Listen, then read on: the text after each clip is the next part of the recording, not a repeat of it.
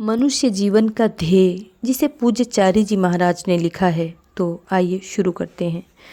इस पृथ्वी पर हमारा मानव जीवन प्रभु की असीम कृपा है और यह हमें अपने ही पूर्व कर्मों से प्राप्त हुआ है।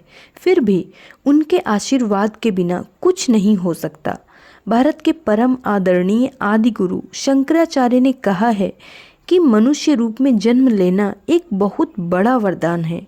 दूसरा बड़ा वरदान है उस समय जन्म लेना जब एक समर्थ गुरु भी यहाँ मौजूद हो, और सबसे उच्च वरदान है ऐसे गुरु का मिल पाना, उनके संपर्क में आना, उनका शिष्य बनना और उनकी विद्यमानता से लाभ उठाना।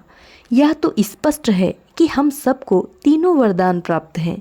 यह शर्म की बात होगी यदि हम अब भी यहाँ से जाने के बाद सीधा उनकी शरण में जाने का अवसर खो देते हैं। यहाँ तो हमारा समय अवश्य ही समाप्त होगा। जो पैदा होता है वह अवश्य मरता भी है, लेकिन जन्म और मृत्यु के बीच यह हमें उन तक पहुँचाने का अवसर मिला है। मेरे मालिक के अनुसार मानव जीवन का अन्य कोई प्रयोजन नहीं है, और जो कुछ भी हम करते हैं धन कमाने के लिए, अपनी इच्छा पूर्ति के लिए, स्वास्थ्य बनाए रखने के लिए, तभी तक जरूरी है जब तक कि आत्मा इस शरीर को छोड़कर मुक्त नहीं हो जाती। शरीर को पीछे छोड़ देना हमारा चयन नहीं है, यह चयन अथवा इच्छा का विषय नहीं है। ऐसा होता है, परंतु जब ऐसा होता है तो हमें यह सुनिश्चित करना चाहिए कि आत्मा उसके शरीर के साथ यहाँ न रहे। यह एक मनुष्य का स्वयं के प्रति सबसे बड़ा कर्तव्य है।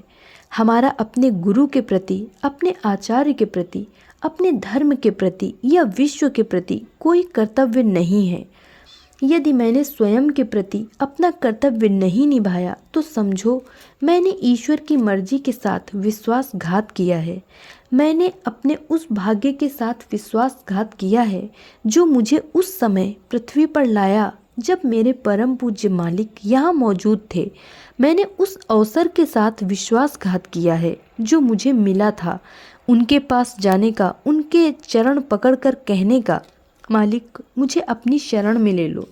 यह एक पावन जीवन है जिसे हमें जीना है।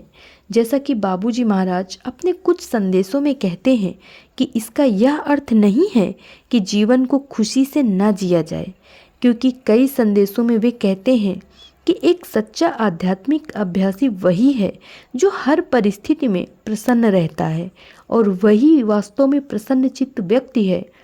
यदि आप कहते हैं नहीं नहीं, यदि ऐसा कुछ हो जाता है तो मैं प्रसन्न होता हूँ, तो आप प्रसन्न नहीं हैं, परिस्थिति प्रसन्न है।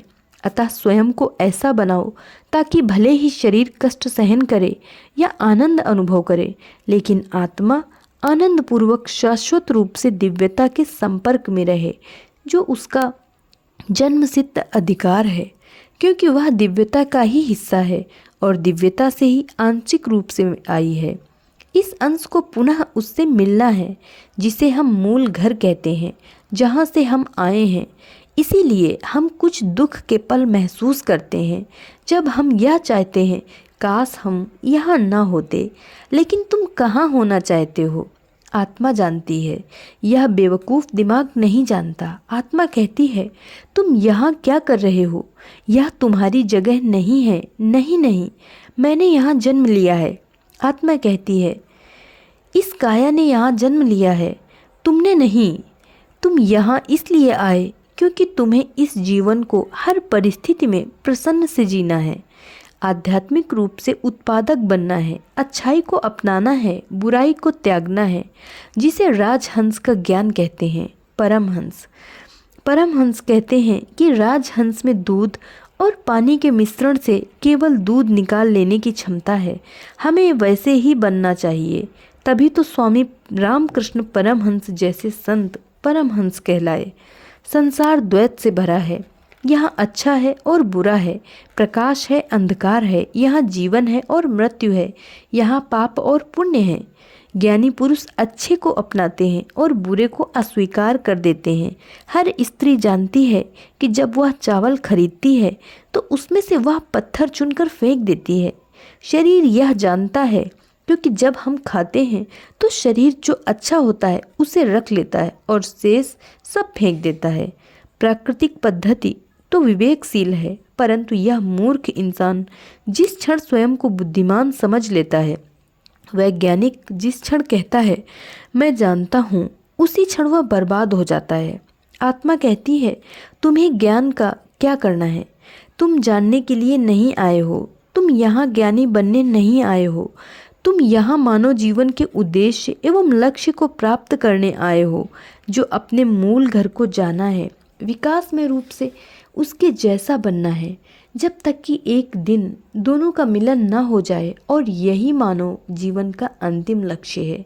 अतः मैं आप सबके लिए और स्वयं के लिए भी प्रार्थना करता हूँ कि पृथ्वी पर मनुष्य रूप में जन्म लेने का स्वर्णिम अवसर पाकर बाबूजी और लाला जी के समय में पैदा होने का महान उपहार पाकर और उनके द्वारा अभ्यासी रूप में स्वीकार किए जाने का अंतिम उपहार पाकर हम लड़खड़ाएं नहीं और इधर उधर नहीं देखें। आप देखते हैं उत्तर प्रदेश या मध्य प्रदेश की घोड़ा गाड़ियों में घोड़ों की आँखों पर ब्लाइंकर्स लगे होते हैं ताकि घोड़े इधर उधर न देख सकें।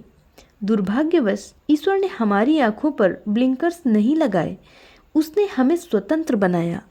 हम अपना सिर घुमा सकते हैं, इधर उधर ऊपर नीचे देख सकते हैं। यह स्वतंत्रता पाकर हमने अपने जीवन के उद्देश्य का ही विनाश कर दिया है। हमारे पास 5 इंद्रियां हैं जिन्हें पंचेंद्रियां कहते हैं। ये हमारा निर्देशन करती हैं, बाएं जाओ, दाएं जाओ, खतरे से बचो, पीछे जाओ, यह स्पर्श गर्म है, इसे छोड़ दो, स्वाद में यह विष है, इसे बाहर फेंक दो। परंतु हमने अपनी ज्ञानेंद्रियों को सुखार्जन के यंत्र बना लिया है और इसमें मानव जाति का पतन निहित है।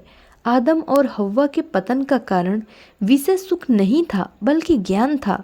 यदि आप ध्यान से पढ़ें तो आप जानेंगे कि इन्हें ईडन के बाग से क्यों निकाल दिया गया था, क्योंकि उन्होंने पुण्य व पाप का ज्ञान रखने वाले वृक्ष का फल खा लिया था।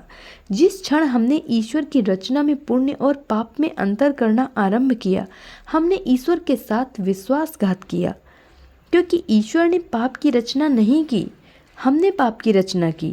इसीलिए हम दंडित हैं, दोषी हैं, तब तक जब तक कि हम पुनः उस स्थिति में, आध्यात्मिक स्थिति में नहीं आ जाते जहाँ न अच्छा है न बुरा। सुख दुख समय कृत्वा, सुख दुख दोनों को समान करके समझें। अतः तुम्हारे लिए कुछ अच्छा या बुरा नहीं है, केवल एक सीधा मार्ग है जिस पर तुम्हें अपने से आगे चलते हुए, अपने गुरु के पद चिन्हों का अनुसरण करते हुए अपने लक्ष्य तक पहुंचना है। अपने प्रयास से नहीं बल्कि केवल अनुसरण करते हुए।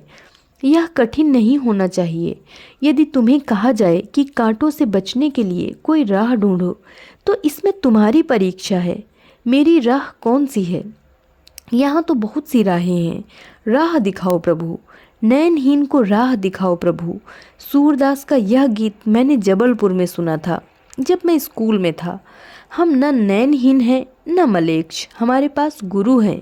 हमें आँखें केवल इसलिए दी गई हैं कि उनसे अपने गुरु को देखें, कान इसलिए दिए गए हैं कि उनसे अपने गुरु को सुनूं, और पाँव इसलिए दिए गए हैं कि उनसे मैं उनके पीछे चलूं। मैं आप सबके लिए और स्वयं के लिए प्रार्थना करता हूँ कि यह जीवन इस पृथ्वी पर हमारा अंतिम जीवन हो, चाहे वह कितना भी लंबा हो। क्योंकि मैं देखता हूँ जैसे मैं दिन पर दिन बड़ा होता हूँ, मेरी इच्छा होती है मेरी आयु इतनी लंबी न होती और मुझे न जीना पड़ता। मैंने यह एक बार शाहजहाँपुर में बाबूजी से कहा था। 1968 या 1969 में उन्होंने मुझे बधाई दी और कहा, अब तुम मुक्त हो गए हो। मैंने कहा, बाबूजी आप मुझे इसी समय साथ ही ऊपर क्यों नहीं ले जाते? उन्होंने कहा, तुम यह क्यों चाहते हो? मैंने कहा, जितने अधिक समय तक मैं यहाँ रहूँगा उतना अधिक मैं आकर्षणों में फंस सकता हूँ और पतन की संभावना हो सकती है। देखो, जीवन एक खतरा है। जितना अधिक समय तुम जीवित रहते हो उतना ही पतन का खतरा बना रहता है। कुछ यहाँ आकर्षण, कुछ वहाँ बेवकूफ़ी, कुछ विश्वास की कमी। किसी के घर में कुछ हो जाता है तो लोग कहते हैं, अरे आपके मालिक ऐसा कैसे होने देते हैं, आपके मालिक इतने निष्ठुर क्यों हैं। हम यह नहीं जानते कि जीवन एवं मरण का खेल दिव्य हाथों में है। यह ड्रामा है, लेकिन हमारा विश्वास भी शर्तों पर होता है। हम कहते हैं, जब तक हमारे लिए सब कुछ अच्छा है। संतान का विवाह हो गया तो ईश्वर महान है, बेटे की पदोन्नति हो गई तो ईश्वर महान है, बहू रानी आ गई बड़े खानदान से तो ईश्वर महानतर है। बच्चा पैदा हुआ और वह भी बेटा, अरे वाह कैसे खुदा है हमारे। नहीं, और अचानक कोई दुखद समाचार मिला कि परिसर की दीवार टूट गई है। अरे भाई, यह कैसे हो सकता है, कैसे मुमकिन है, जबकि हम शिष्य हैं उनके, हम इतनी भक्ति रखते हैं उनके प्रति, श्रद्धा रखते हैं। यह कैसे मुमकिन है। गुरु में कुछ न कुछ त्रुटि है, छोड़ दो, चलो और अन्य संस्था में चलते हैं। मैंने यह हजारों बार सुना। उनके विचार में यह बुरा है। यदि आप रात में कोई बेकार चीज़ खा लेते हैं तो अगले दिन प्रातः पेट में तकलीफ तो होगी नहीं। यदि ईश्वर महान है तो मुझे तकलीफ क्यों होगी, उन्होंने ही तो उसे बनाया था। अरे तुम दारू पी के आए हो, परंतु ईश्वर ने ही तो हमारी मौज मस्ती के लिए इन सुंदर वस्तुओं की रचना की है। ठीक है, पी कर देखो, ईश्वर प्रतीक्षा कर सकता है। अतः ईश्वर या गुरु को मत परखो, अपने विश्वास का मूल्यांकन मत करो, स्वयं के साथ घटित घटनाओं के आधार पर उनके प्रेम को जांचने का ढोंग मत करो, बल्कि सदा यही समझो कि उनका तुम्हारे प्रति प्रेम और उनमें तुम्हारा विश्वास एक ही निश्चित उद्देश्य के लिए है, और वह है उन तक पहुंचना। और यदि वह एक एक कदम करके हो रहा है तो तुम्हारा विश्वास कभी भी डगमगाना नहीं चाहिए, कभी उनके प्रेम पर संदेह नहीं होना चाहिए, कभी उनकी कृपा के लिए अनिश्चितता नहीं होनी चाहिए। केवल यही तुम्हारे अपने गुरु के साथ संबंध के परीक्षण का एकमात्र तरीका है। क्या मैं एक कदम आगे हूँ? नहीं, मैं तो 1 मील आगे होना चाहता हूँ। यह तो तुम पर निर्भर करता है।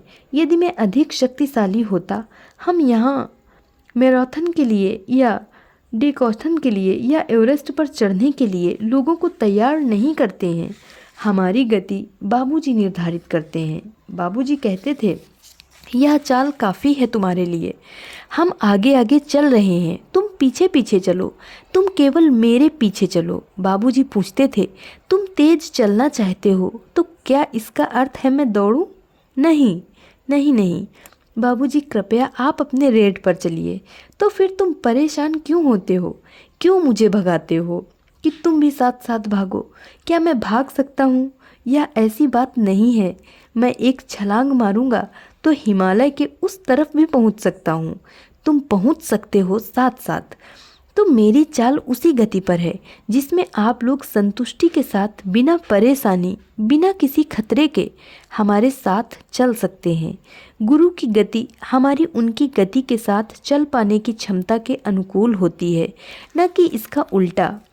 अनिवार्य रूप से जब हमारा एक बड़ा समूह है तो उन्हें सबसे कम क्षमता रखने वाले का भी ध्यान रखना है कि नहीं?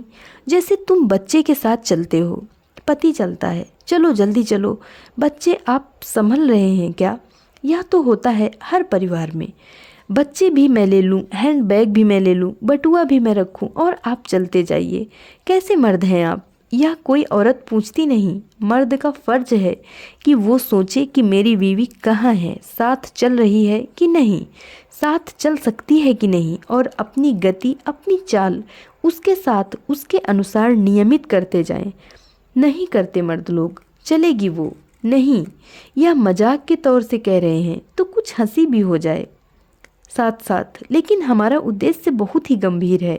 यह उद्देश्य हम हाथ से निकल जाने दें, छोड़ दें तो हमारी जान क्या, हमारी ज़िंदगी क्या, हमारा भविष्य खतरे में है। बस इतना ही हमें कहना था। आप लोगों ने सुना, इसके लिए हम बहुत प्रसन्न हैं। धन्यवाद।